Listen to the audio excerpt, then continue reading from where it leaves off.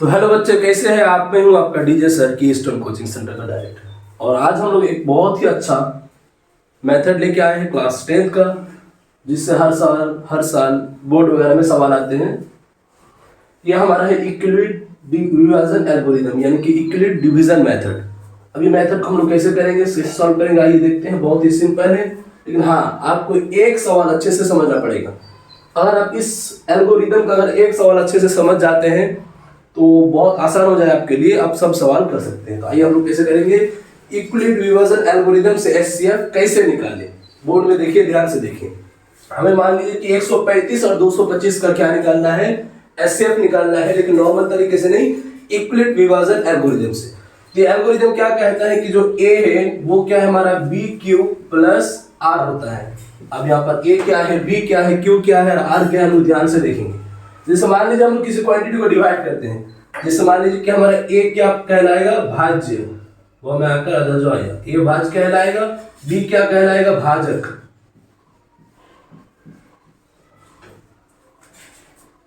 Q क्या कहलाएगा, भागफल, और हमारा आर क्या कहलाएगा, शेषफल।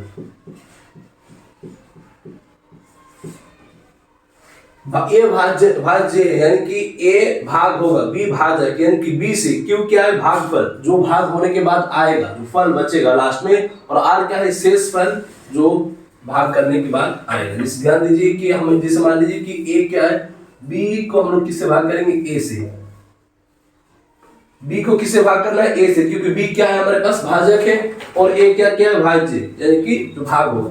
बी को ए से भाग करेंगे तो हमारे पास यहाँ कुछ क्या आएगा, क्यू आएगा, क्यू यानी कि शेषफल, और भाग करने के बाद जो कुछ बचेगा वो क्या हमारे पास, आर होगा, यानी कि रिमाइंडर होगा। ये क्या है, क्वोटिएंट है। जो आर होगा वो क्या है, हमारे पास शेषफल है, और क्यू क्या होगा, भागफल है। अब यूक्लिड डिवीजन एल्गोरिथम क्या कहता है, जो हमारे पास आर जो बचते हैं यहाँ पर घटाने के बाद, वो 0 के बराबर होना चाहिए, यानी कि इक्वल टू 0। यानी कि आर जब तक 0 नहीं आएगा तब तक हमें भाग करते रहना है।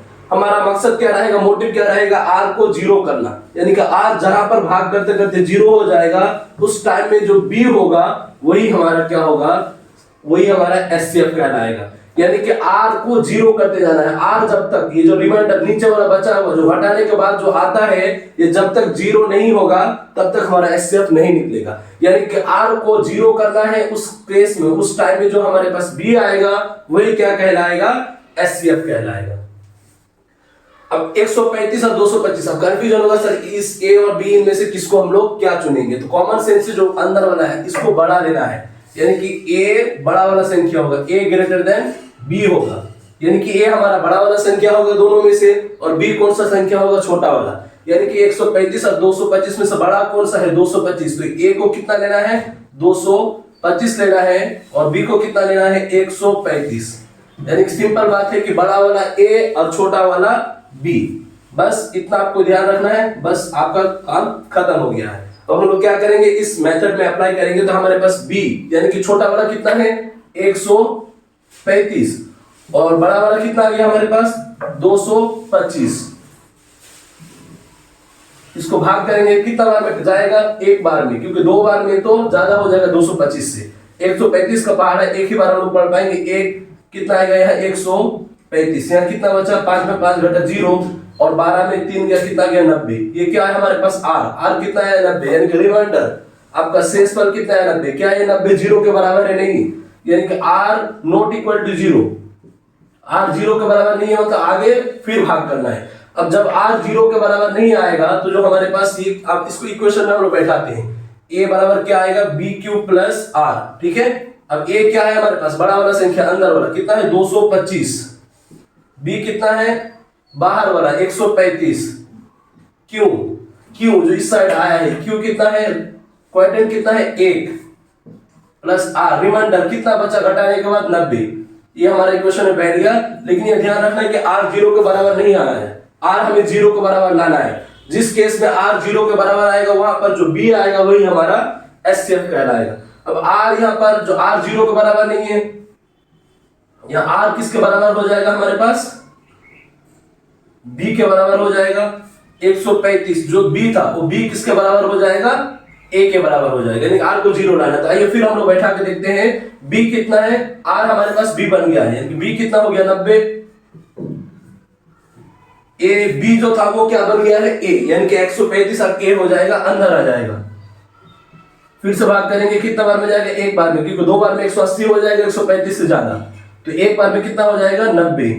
तो घटाइए, 5 में 0 खाएंगे 5, 13 में 9 घटाएंगे 4, कितना आ गया 45। आर कितना है 45, ये आर अभी भी नॉट इक्वल टू 0 है, आर अभी भी 0 के बराबर नहीं आया है, आर हमें 0 के बराबर लाना है। तो क्या करेंगे, फिर से हम लोग आगे भाग करते जाएंगे। तो फिर से इक्वेशन में बैठाते हैं, ए कितना है अंदर वाला, ए अंदर वाला बी बाहर वाला, ट्रिक से भी याद रख सकते हैं। यहां पर जैसे मैंने लिख दिया ए से क्या है अंदर वाला, ए क्या है अंदर वाला, और बी क्या हो जाएगा बाहर वाला। ये ए और बी नहीं भूलना है, इसलिए ट्रिक है कि ए क्या आएगा अंदर वाला और बी क्या आएगा बाहर वाला आ जाएगा। ठीक है, अब हमारे पास ए अंदर वाला कितना है 135 बराबर बी कितना है बाहर वाला 90 गुना आर, क्यू कितना आया है 1 प्लस आर, रिमाइंडर कितना आ गया है 45, यानी कि शेषफल 45 है। ये 0 के बराबर नहीं है, जब तक 0 के बराबर नहीं आएगा तो इस आर को किसके बराबर कर देना है बी, बाहर वाले के बराबर, और ये जो बी था इसको फिर से किसके बराबर कर देना है ए के बराबर। आइए फिर से हम लोग करते हैं, तो हमारे पास बी जो था वो ए बन गया है और जो आर था वो बी बन गया, यानी कि आर अब बाहर आएगा।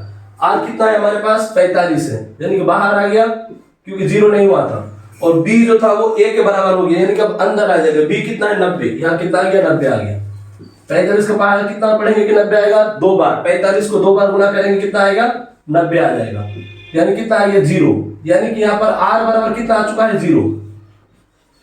मैंने कहा था यहाँ पर आर जब भी 0 होगा उस केस में जो बाहर वाला होगा वही हमारा क्या कहलाएगा एचसीएफ कहलाएगा। आर 0 आ गया, अब इस केस में बाहर वाला क्या है 45, तो डायरेक्टली 45 क्या आ गया एचसीएफ आ गया। आइए इक्वेशन में बैठाते हैं, हमारा इक्वेशन क्या था ए बराबर बी क्यूब प्लस आर, इसमें ए क्या है अंदर वाला कितना है 90 बराबर बी बाहर वाला कितना है 45 गुना इस साइड जो आया है भागफल कितना है 2 प्लस आर, आर इस पर कितना आ गया है 0, आर 0 आ गया है, और ये हमारे पास क्या है बी, ये जो बी है वही किसके बराबर हो जाएगा एचसीएफ के बराबर, यानी कि आंसर कितना आ जाएगा 45।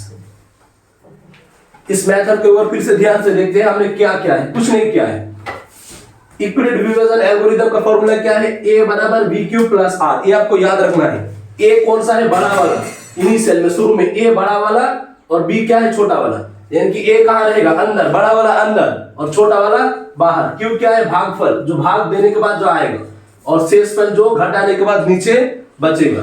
ए को भाज्य बोलते हैं, बी को भाजक, क्यू को भागफल, और आर को क्या बोलते हैं हम लोग शेषफल। ए हमेशा बी से बड़ा आएगा, यानी कि बड़ा वाला ए कितना आ गया 225, बी कितना आ गया 135। ये हमें तब तक करना है, यानी कि एचसीएफ निकालने के लिए जो हमारे पास आर आएगा शेषफल, इसको क्या करना है 0 तक लाना है, यानी कि जब तक ये आर 0 के बराबर नहीं आएगा तब तक हमारा एचसीएफ नहीं निकलेगा। तो पहला स्टेप हमारे पास ये था भाग करने का।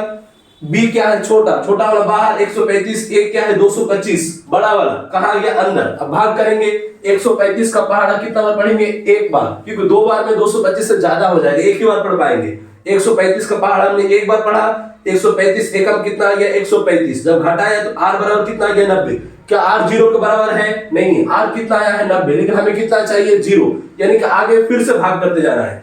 अब इसमें बैठाएंगे ए बराबर बी क्यूब प्लस आर, ए कितना है बड़ा वाला अंदर वाला 225 बराबर बी कितना है बाहर वाला, यानी कि छोटा वाला 135 गुना 1 इस साइड जो है 1 प्लस आर, रिमाइंडर नीचे जो बचा है घटाने के बाद कितना आ गया 90। क्या ये 0 है, नहीं 0 नहीं है, तो फिर से भाग करेंगे। अब भाग करने के टाइम जो हमारे पास आर था, आर क्या बन जाएगा बी बन जाएगा।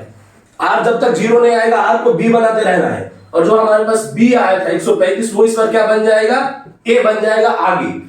तो आगे हम लोग क्या करेंगे, आर था उसको हमने क्या बना दिया बी, यानी कि आर को बाहर लिख लिया, और जो था हमारे पास बी वो क्या बन गया ए, यानी कि 90 बाहर और 135 अंदर। 90 पहले क्या था आर, लेकिन 0 नहीं था, तो 90 को क्या बना देना है बी, बाहर कर देना है, और जो हमारे पास बी था उसको अंदर यानी कि ए बना देना है। क्यों बना है, क्योंकि आर 0 के बराबर नहीं आया है। अब 90 का पहाड़ा कितना बार पढ़ेंगे? एक बार, क्योंकि 2 बार तो 180 हो जाएगा, 135 से बड़ा हो जाएगा। 90 का पहाड़ा एक बार पढ़ेंगे तो कितना आएगा? 45। क्या आर यहाँ पर 0 आया है? नहीं आया है। आर जब 0 नहीं आया है तो फिर हम लोग आगे भाग करेंगे। आर रिमाइंडर इस पर कितना है? 45। फिर बैठाएंगे ए मतलब अंदर वाला कितना आया है? 135 बराबर बी बाहर वाला 90 गुना 1 जो इस साइड आया है 1 प्लस रिमाइंडर कितना बचा है नीचे? शेषफल 45। ये 0 है क्या? नहीं है। जब ये 0 नहीं है तो फिर इसको b के बराबर करना है। जब तक r 0 नहीं आएगा r को बाहर वाले के बराबर कर देना है। r किसके बराबर हो जाएगा? b के बराबर। और जो हमारा b था वो फिर से a के बराबर यानी कि अंदर आ जाएगा। जब तक r 0 नहीं आएगा, जब तक r 0 नहीं आएगा r को बाहर लिखे और b को अंदर लिखते जाए। अब ध्यान दीजिए हमारे पास r कितना है था? 45। क्या ये 0 के बराबर है? नहीं, r 45 है यानी कि 0 के बराबर नहीं है। तो r फिर क्या बन जाएगा? b बन जाएगा। r कहां जाएगा? बाहर। और जो हमारे पास ये था b वो कहां जाएगा? अंदर। तो 45 बाहर और 90 अंदर। अब कितना बार पढ़ेंगे? 2 बार। 45 दूना कितना हो जाता है? 90। 90 से 90 घटाएंगे कितना आ गया? 0। क्या r 0 आ गया? हाँ, हमें यही चाहिए था, यानी कि r को 0 लाना था, हमारा ये मकसद था। r कितना आ गया? 0। जब r 0 आ जाए तो उस टाइम जो बाहर रहता है यानी कि जो b वही एचसीएफ कहलाता है। अब हम लोग यहां पर बैठाएंगे a बराबर bq प्लस r। a यानी कि अंदर वाला कितना है? 90। b कितना है? 45 और q कितना है? 2 प्लस r कितना आ गया? 0। तो 90 बराबर 45 गुना 2 प्लस 0 यानी कि r यहां पर क्या आ चुका है? 0 आ चुका है। तो जब r 0 आ जाएगा तब जो हमारे पास b आएगा यानी कि जो बाहर वाला आएगा वही एचसीएफ कहलाएगा। तो आप लोग किसी भी सवाल में इसको अप्लाई कर सकते हैं। इसमें बेसिक ध्यान का रखना है कि a बड़ा वाला है और b छोटा वाला है, यानी कि a कहां रहेगा? अंदर और b कहां रहेगा? बाहर। और जब तक r जो घटा के आएगा, जब तक ये 0 नहीं आएगा तब तक इसको b के बराबर कर देना है और जो बाहर रहेगा b उसको a के बराबर कर करके भाग करते जाना है। जहां पर ये r घट के 0 आएगा उस टाइम में जो बाहर रहेगा b वही हमारा क्या कहलाएगा? एचसीएफ कहलाएगा। बच्चे यही हमारा यूक्लिड विभाजन एल्गोरिथम यानी कि यूक्लिड डिवीजन मेथड था। आप इसे नोट डाउन कर लीजिए और किसी भी अलग अलग सवाल में प्रैक्टिस कीजिए। धन्यवाद बच्चे।